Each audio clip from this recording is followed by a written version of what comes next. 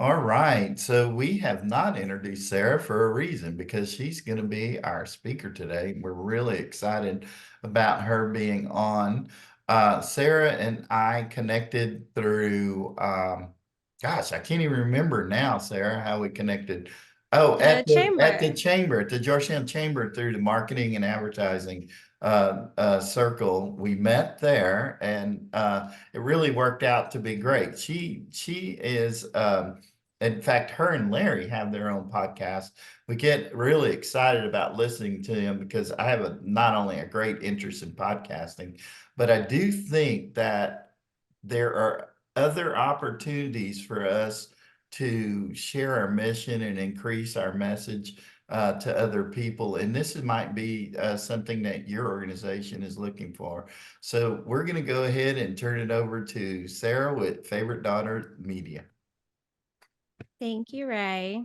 And thank you guys all for being here and letting me join you guys.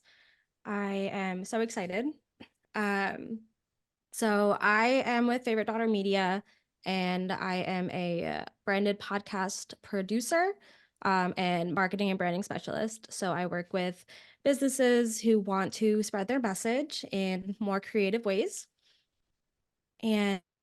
And I did put the link in the chat, but you can also scan this code or go to that URL, favoritedaughtermedia.com/nonprofits, if you want to download these slides. I'm hoping I can get through all of them, but just in case, make sure you grab them so you get that content. So I'll leave this up for a second.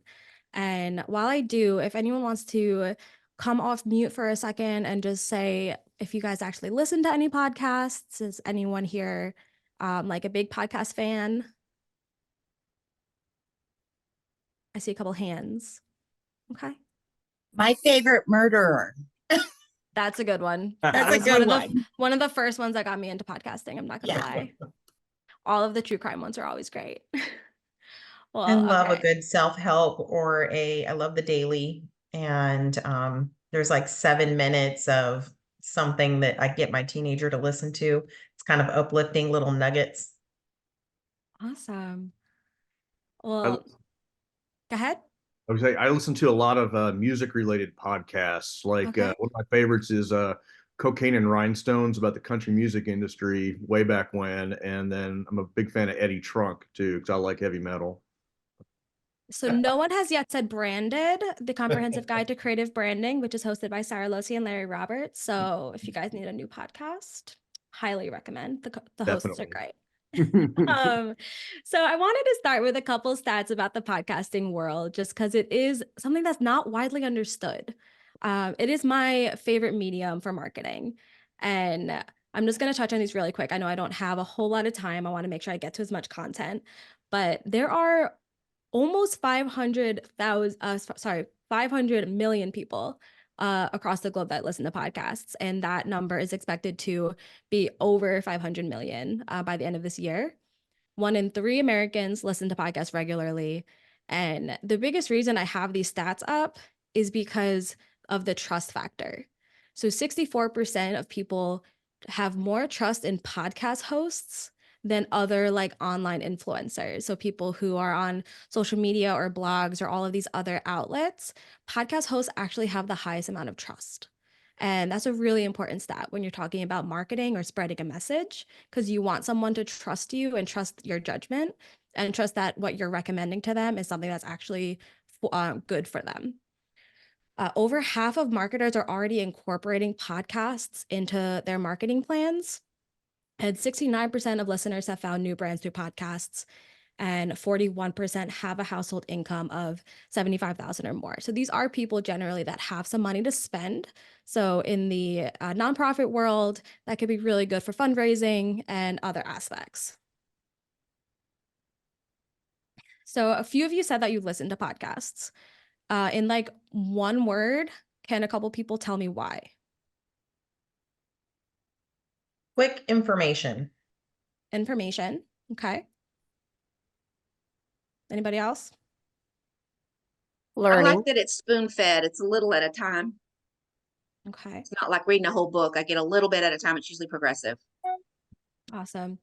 So these are the top reasons. So you guys said one of them, which was education.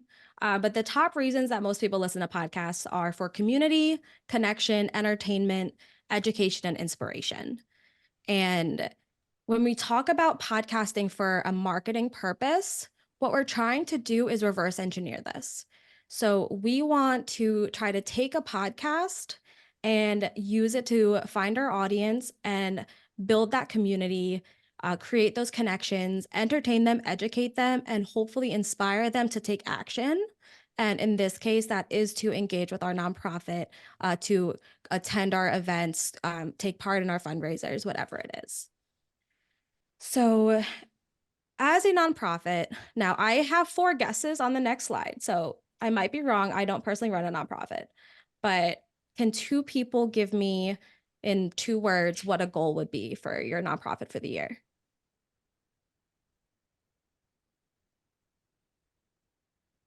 I'll wait.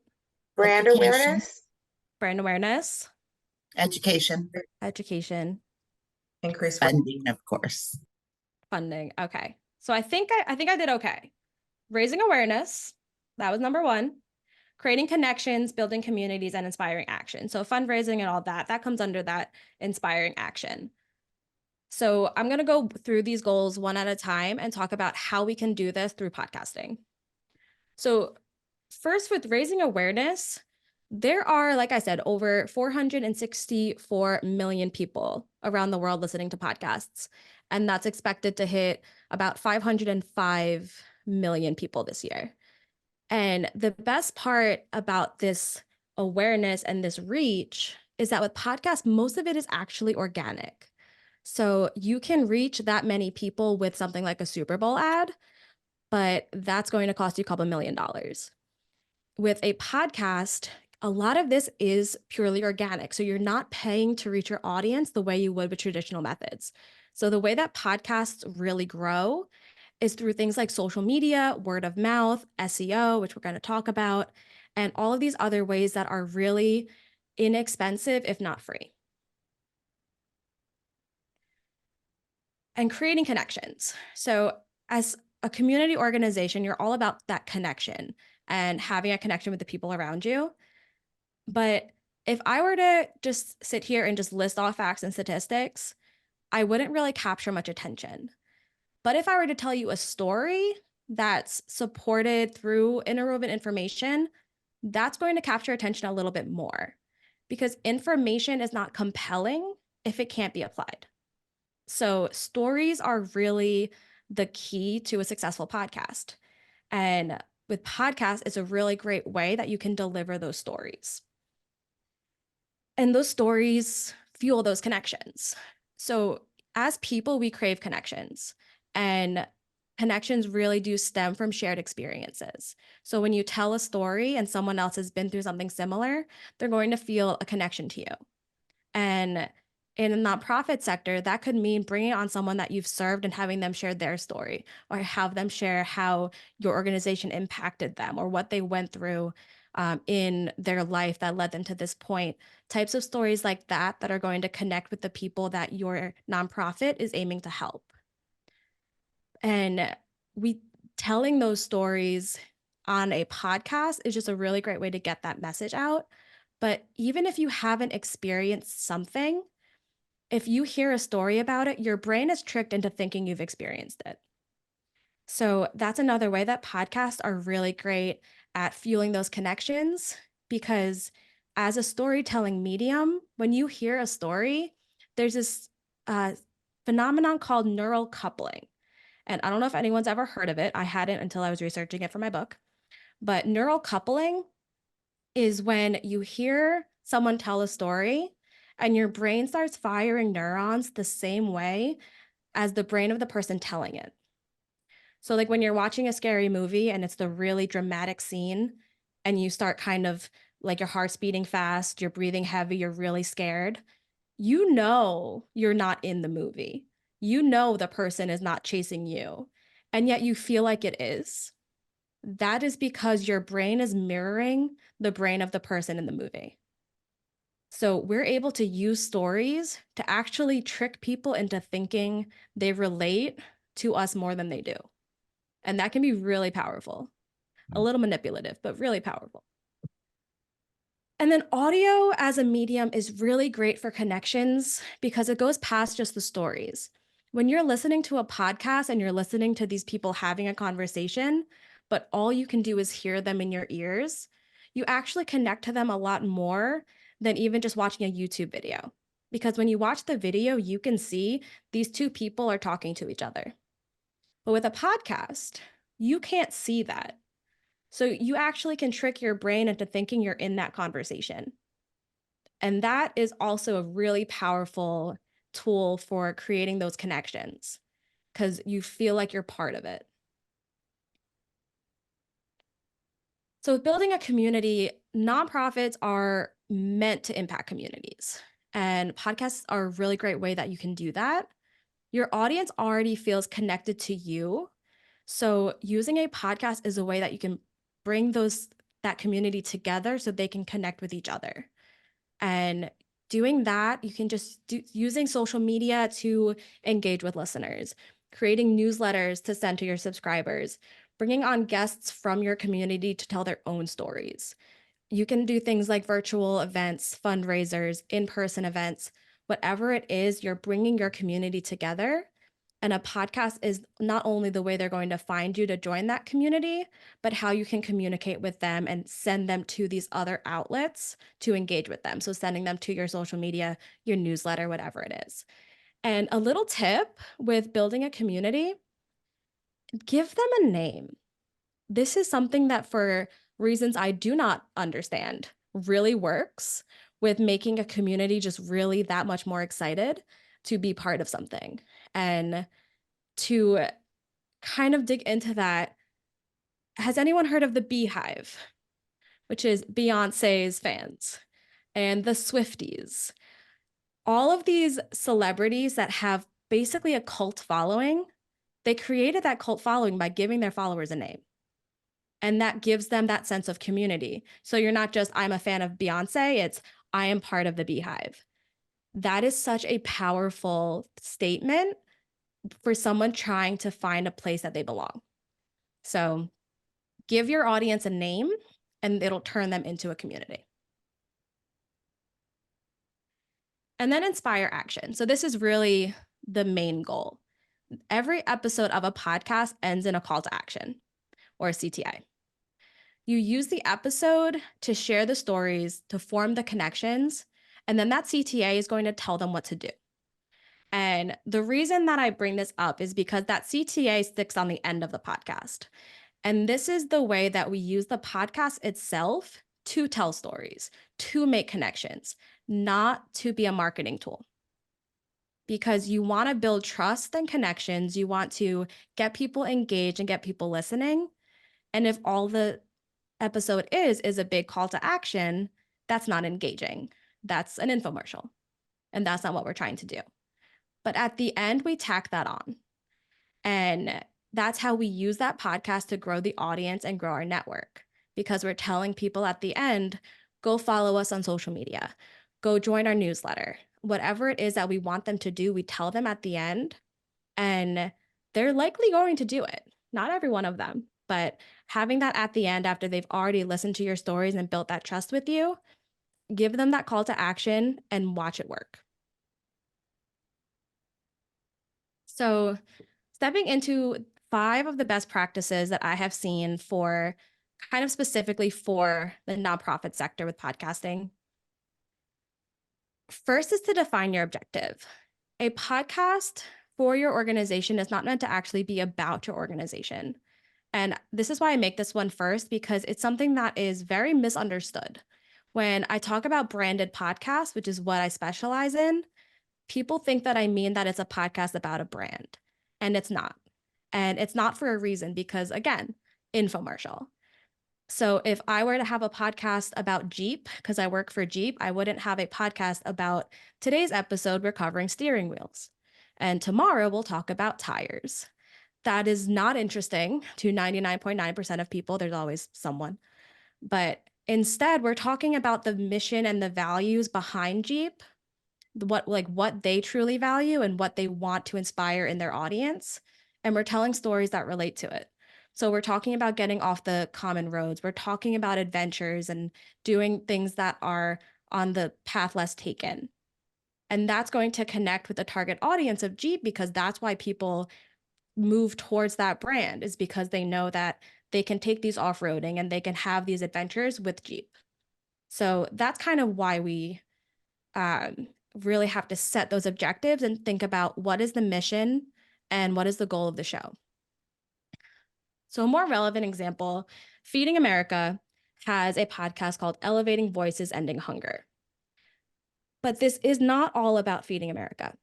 So their mission is to end systems of inequity that drive food insecurity in the United States. So some of the episodes that they've had recently were about food insecurity and poverty in the LGBT community, engaging community to start a movement, amplifying voices of advocacy. You don't see on here what Feeding America does and about the CEO of Feeding America. This isn't about them, it's about their mission and what they believe in. So they're going to reach people who really feel that mission and want to get involved, more so than people that are like, oh, I've heard of Feeding America, let me go feed America. They have to really feel that mission in order to want to engage with it. So second is tell stories. I talked about this. It really is that key to building that connection. But then highlighting your community. So we talked about building that community, but how can we actually get them involved? So if you're hosting your podcast, you don't have to do it by yourself. Bring on people that are your volunteers. Bring on your donors. Bring on people who have been impacted by your mission. Bring on people from other organizations that work towards similar goals. Bring them on the show and let them share their stories too. It's going to widen your audience and it's going to fuel those deeper connections with more than just you. And now we're going to get a little bit into the technical. So I apologize. This is the most boring part. But add every episode to your website. And I say that because of SEO. So SEO, for people who don't know, it's search engine optimization. This is basically how you get Google to be your friend. And Google is very picky about who he wants to be friends with. He's kind of like a toddler who just doesn't really care about anyone that doesn't have candy. Keywords, diverse content, engagement, and links are the candy. So podcasts help us really give Google what it wants. So with a podcast, when we add it to our website, we're finding those keywords in the titles, the show notes, blog posts, transcripts, URLs, metadata, all of these different places that you put these keywords in and it tells Google like, okay, there's a lot of candy here. I want to go. So then when someone searches for something relevant to the topic of your episode and your website is more likely to come up on that search page. That's why some websites, when you look for certain keywords, they're the first to show up or the second to show up. That's because they're very strong with their SEO. Now, to really show you how this works, this is an episode of my podcast, Branded, that I put on my website. I'm sorry, our website. Larry's here. He'll yell at me. And 3 of the keywords that are most relevant to this episode were podcast, monetization, and brand, because the episode was monetizing your podcast. A look at the most common misconceptions. Just by adding this episode to the website, I got 63 mentions of podcast, 43 of monetization, and 30 of brand. That is a lot. And I did that because if you were to scroll down on that page, right now all you're seeing is the title, the video player, and the audio player. But below that, you would see show notes that talk about what the episode's about. You'd see a transcript with every word we said in this episode. You'd see bios of the 2 of us and why we're experts in these topics. And all of these other aspects that really play into this list of keywords. But then I also took it a step further. And I turned the episode into a blog post. So I pulled out a key concept from this episode, which was understanding the difference between 2 types of monetization of a podcast. And I wrote a blog about it.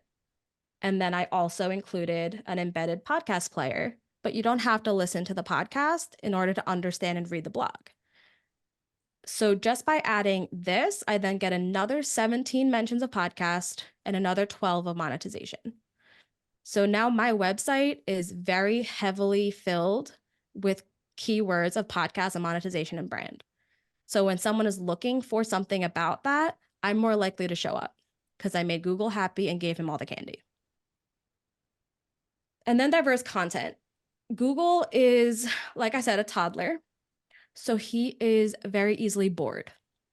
And if you just put a bunch of text on your website and say, read this, Google does not want to do that. So you need to have diverse content. And by adding just one episode of a podcast to your website, you're getting an embedded audio player, an embedded video player, if you have it on YouTube, which you should, the text from the show notes and transcripts, and images from the cover art, or if you have specific graphics that you designed. So that is a lot more engaging and a lot more diverse than just having text on your website. So now Google is happy, he has more candy, and he's not bored. And then engagement. Google likes it when people spend time on your website, but the average time a visitor spends on a website is less than 54 seconds. So people are not spending a full minute on a website, and depending on what industry you're in, it's even less. If you have something on your website that someone can do, they're more likely to stay. So you put a podcast player or a video on your website, and they stay to listen to or watch that content. They're not necessarily staring at the page. It's playing in one of those tabs and they can't find it. They don't know which one is making the noise. That happens to me a lot. But they have it playing. So your website is still up and Google is seeing it as being engaged. And then link building.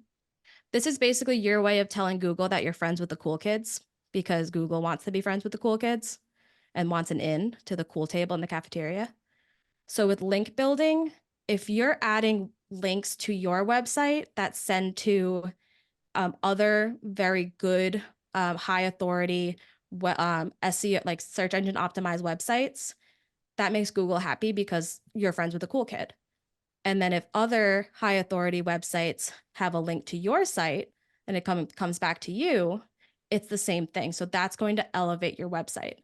So when you add an episode of a podcast to your website, you're adding audio players, you're adding links to YouTube, you're adding links to guests on your show's websites and their social media, you're adding links to your social media. If you mention any resources, any studies, anything in the episode, you have links out to those as well. So you're filling this page with all of these links that shows Google that you're friends with all those cool kids. And then finally, repurpose. Now, I don't know about y'all, but I hate doing social media. It's the bane of my existence, and trying to come up with all of this content to put on social media is basically torture for me. If you take one episode of a podcast, you can basically get content for social media for the entire month because you just repurpose it and you break it into pieces. So from one episode, you can get quote cards. Pull out all of those really powerful little sound bites, write them down, put them on a cute backdrop, and you have a quote card. And that's something that if someone resonates with what you say, they're going to share it because they like that quote. So that's how you expand that reach. Reels and shorts. If your podcast is 30 minutes, a reel is a minute or less. That's up to 30 little videos that you can post to your social. Blogs. Like I said, I took one of those episodes and I wrote a blog for it. The way that everybody takes in media is very unique to them. And it's not often something that you're going to change. So even if I have a best friend who supports everything I do, if she is not a podcast listener, she is not going to listen to my podcast. She won't even be sorry about it. But maybe she's a reader. So if I take that episode, I've already written out the transcription, and by I wrote it out, I mean AI did it for me. I can then take all of that transcript and rewrite it to be more readable so that it reads like a blog. It reads like a narrative. And then I post that on my website. And then I share that to social media. Audiograms, if you don't have a video podcast, so you don't do the reels, you do an audiogram. You just take a still image of something, whether it's the cover art, the episodic cover art, or just a graphic, and you overlay the sound on it. So it's a still image with a piece of your podcast playing on top of it for a minute or less. LinkedIn articles, the same as the blog post. Maybe you post it to your website, or maybe you post it on LinkedIn and get some of that LinkedIn traffic. Graphics of whatever you want, email blasts about the episode, about the blogs, about everything. There's so much content that you can get from this one little piece of content. So that's everything that I've got for y'all. I tried to get through it a little fast because I know I don't have all that much time, and I wanted to be able to answer questions if anyone had them. But if you missed any of that info and you want to download those slides, if you haven't already, please do. It's not behind on email wall, I promise. You can just get them.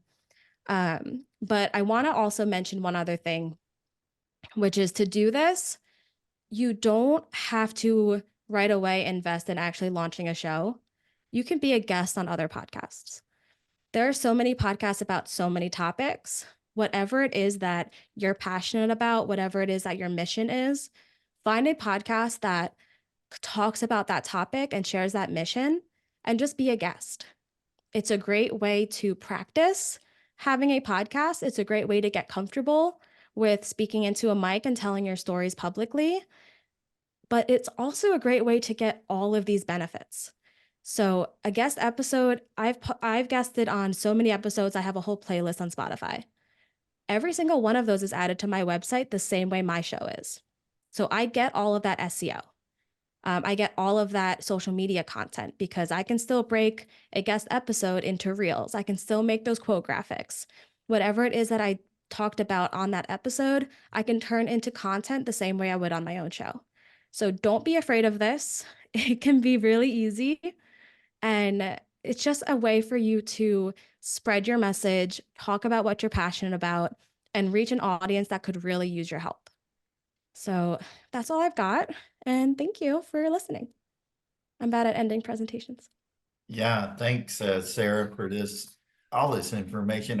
Yesterday I was listening to a guy that was talking about how do you break into radio, and he says you just get started and you'll get better. Is that true? Oh, 100%. I think the thing I say the most often is set a goal to be embarrassed. And if you start podcast guesting or podcasting today, in a year from now, you should listen to the episodes from today and be absolutely mortified. I am. And I did it the right way, which I started podcast guesting on some of the biggest shows there are. That is not the right way to do it. You start on the tiny shows. You start on the ones that don't have listeners, because that is how you practice. I started on some of the biggest shows in the industry. And I am so sorry to those hosts who let me on their show to make a mockery of all of their hard work. But now I'm better, and they're more than welcome to have me back on now. But even so, a year from today, I will be embarrassed of the shows I put out today. Because if you're not embarrassed, you haven't grown enough, you haven't improved enough, but you can't improve if you don't start. So let yourself be embarrassed in a year. It's okay. You're doing your best. And just show your work, show everyone what you're doing. Yeah, that's awesome. Hey, any questions you guys might have about starting a podcast? Go, Tara. I have a question about committing to the time it takes to do this. When we're already overwhelmed right now, we have wanted to do a podcast for 4 years. Ooh, So okay. how do you actually start it? Like, seriously, once a month? I would say commit to the time that you have. So there are no hard and fast rules. There's no hard and fast rules for how often you have to release an episode. Okay. Of course, the more times you release an episode, the more downloads you're going to get because there's more episodes to download. But downloads are really not what we're going for. We're going for impact. If you have time to commit to putting out an episode a week, amazing. If you have time to commit to putting out an episode every other week, amazing. If you have time for once a month, amazing. The biggest thing is consistency. So if you are like, I'm really going to try to squeeze it in, I want to do once a week. And after 2 weeks, you're like, I can't do this. you just go with what you actually can commit to. So if all you can do is once a month, go with once a month. And as a follow-up to that, is it you doing the podcast and you always doing the podcast, or would Rock do a podcast? And since we have 30 staff members, we could actually interview people once a day, different people once a month, like families, horses. Like we could interview different people, but not the same person more than once. So in my experiences, horses don't give the best interviews. But other than Yes, that, they do. Are you kidding me? if it's They a are video, awesome. if it's a video podcast, 100% please do it. Okay. And Yeah. I already told you, I live across the street from you, so I'm gonna be there. Okay. But 100% bring on other people, and that's really the goal, is to engage with as many people as you can and have them sharing their stories. What I would say is have one person host it. So if you're going to Okay. be the host on every episode, because that Gotcha. audience is going to be used to hearing your voice. And Okay. I said that podcasts are really great for building trust. They're not building trust in the brand or the show. They're building trust in you. Right. So you have to have that one same person every episode to really fill that trust piece. But then bring on people that work with you, bring on people in your community, bring on Okay. horses if you'd like to. Bring on me. I can walk over. I live across the street. Would you please? I would love Yes, for you to do that. 100%. Okay, well, make sure you watch Emma. that little reel I made then. I will. Okay. Any other questions? Other questions? One question I have is, what if, like you and Larry do a podcast, do you Mhm. post it on each of your websites? That's a great question. So I have my own company, Favorite Daughter Media. Larry has his own company, Red Hat Media. And so for a while, because we didn't want either one to be kind of favored and have it seem like it's really branded for one of our companies, we went through a third-party website builder called Podpage that specifically creates websites for podcasts. Okay. But as of last week, we actually did file the papers for a joint LLC. So we are officially business partners. Thank you. So now that LLC does have its own website, and our podcast lives on that site. So if our company together is called Branded, it's workwithbranded.com. But if you go to listentobranded.com, it sends to a page on that website. So the company that we have together is now benefiting from that SEO. But I can still take episodes and write blogs and post them to my website and still get some of that SEO. Yeah. Oh, good. And then some people might be just fearful of, like, I have to do all this. I mean, I don't know what I'm doing. I mean, how do can they connect with someone that's as professional as you for assistance? You know what I'm saying? Like, how's that work? Yeah. So, I mean, if you want to connect with me, you have my information. I do have a workbook that Larry and I put together together, and it's literally a DIY podcast launch workbook. So it goes through everything that we go through with clients to launch their websites. I'm sorry, their podcasts. Yes, there it is. Here it is too. It goes through all of the steps so that you can do it yourself. You can find that it's on Amazon, or you can find it at podcastworkbook.com. And one of the things I've been thinking about doing, and if anyone here is interested, I would love to hear and maybe move forward with it, would be some kind of group, like a weekly group meetup that we can talk about podcasts, and it could be specifically for nonprofits. I can help you like week by week launch that show, do it as a group so that it's not a big cost burden. It would be a low cost per person. And if that's something y'all are interested, you want to learn more about this, I'm happy to put that together. Just I see a couple hands raised, so Michelle? okay. That would be a lot of fun. Larry, if you want to be part of this. I had a question. Go ahead. What's the bare minimum technology-wise to get started on a podcast?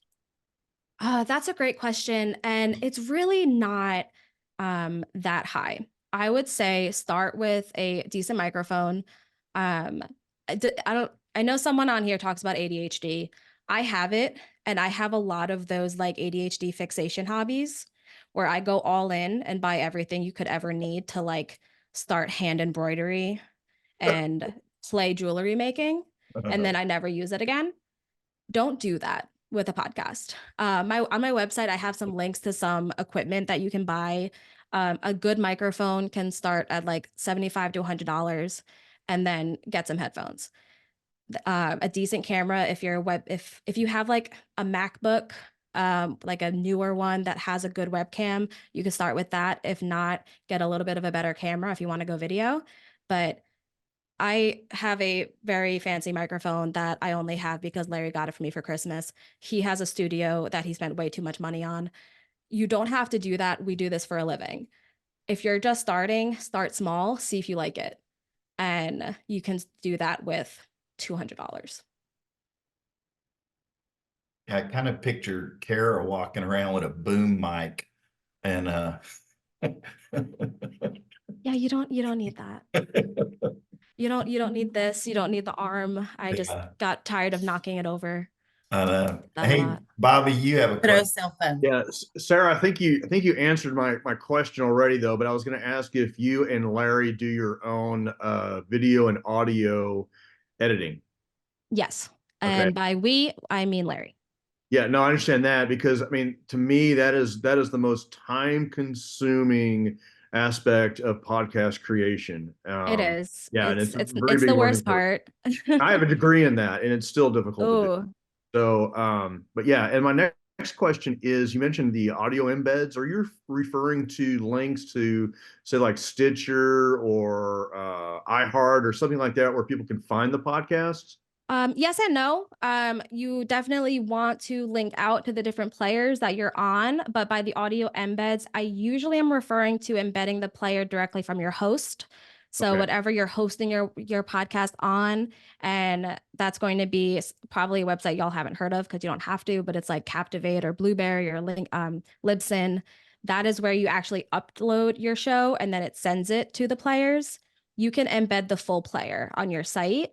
I think Apple lets you embed as well, so you can embed straight from Apple. Spotify, I know you can embed playlists. I think you can embed episodes, so you can do it that way, or you can go directly to your host. Okay, thanks. Sure. And YouTube is part of this equation? Yes. So YouTube has recently surpassed Spotify and Apple as the #1 podcast platform. And it is owned by Google, which is the #1 search engine, and it is also now the #2 search engine. YouTube is. So putting your show on YouTube is going to have really great benefits for people finding your show. For a very long time, it's been one of the top places that people discover new podcasts, whether they listen to it there or go to one of the players. But it is a really great way that you can reach a new audience. And the analytics that you get from YouTube are so much better than what you get from just a podcast host. So it's really great for learning more about your audience. Yeah, I think there seems to be a little more interest in kind of talking about this content and maybe connecting with you. So either connect with Sarah, I think would be a good idea. And if Sarah wants to come to our coffee talk connection at Lamppost, if she can On the squeeze a little 28th? time on the 28th. Yeah. What time is it at? It's from 1 to 3. I'm And you don't speaking at have a to you don't have I'm to speaking stay at a there. conference downtown that day. Can I go to the next one? Yeah, absolutely. It's every Okay. month. We do it every Okay. month, but if this group, if there's a group real interested and wants to kind of jump ahead, then jump ahead. Don't wait on Ray. You If know, it's possible for me to get a list of the people that were here and I can send out an email for like an interest form, I'm happy to do that, and we can plan out what it could look like, because this is I would love to be able to do that and help as many of y'all as I can. I tell you what I'll do. I'll put that in part of the notes and I'll send that out. That way they can Perfect. connect with you, and that'll make that pretty easy. Well, guys, it's just kind of wrapping up. Any other questions, announcements? Tanya, looked like you had something. Yeah, Sarah, I just wanted to say thank you for your presentation. Every part of my being wants to viscerally hate what you're saying, because it sounds like so much additional work. Unfortunately, I have young kids who I have birthed that have taught me that I need to come into the new technology. And this is the new technology of Yeah. reaching our community that we serve. And if we Mhm. want to be intentional with our impact and our purpose and our missions, we have got to do the things we don't like, which Yes. is podcasting. I will not TikTok though. I will not. Understood. TikTok. Understood. We do actually do full service production, full service launch packages. They are at a little bit of a higher price point, so completely understand if it's out of budget. But if any of y'all do have a decent marketing budget and want to talk about that a little bit more, I'm always happy to talk about that. I do give price breaks for nonprofits because I am a bleeding heart. But Larry just found that out right now. But I do have resources and the workbook, and hopefully we can get some kind of group coaching thing off the ground so that no matter what your budget is, you're able to explore this further. Yeah, I think that's a really good idea. We just create a group coaching, a little podcast group on the side, and then just kind of pool our ideas together and learn as a group. And it really is a function of this group is to create increased learning. So wow, thanks a lot, Sarah, for jumping on today, and thanks for everyone for jumping on today. It was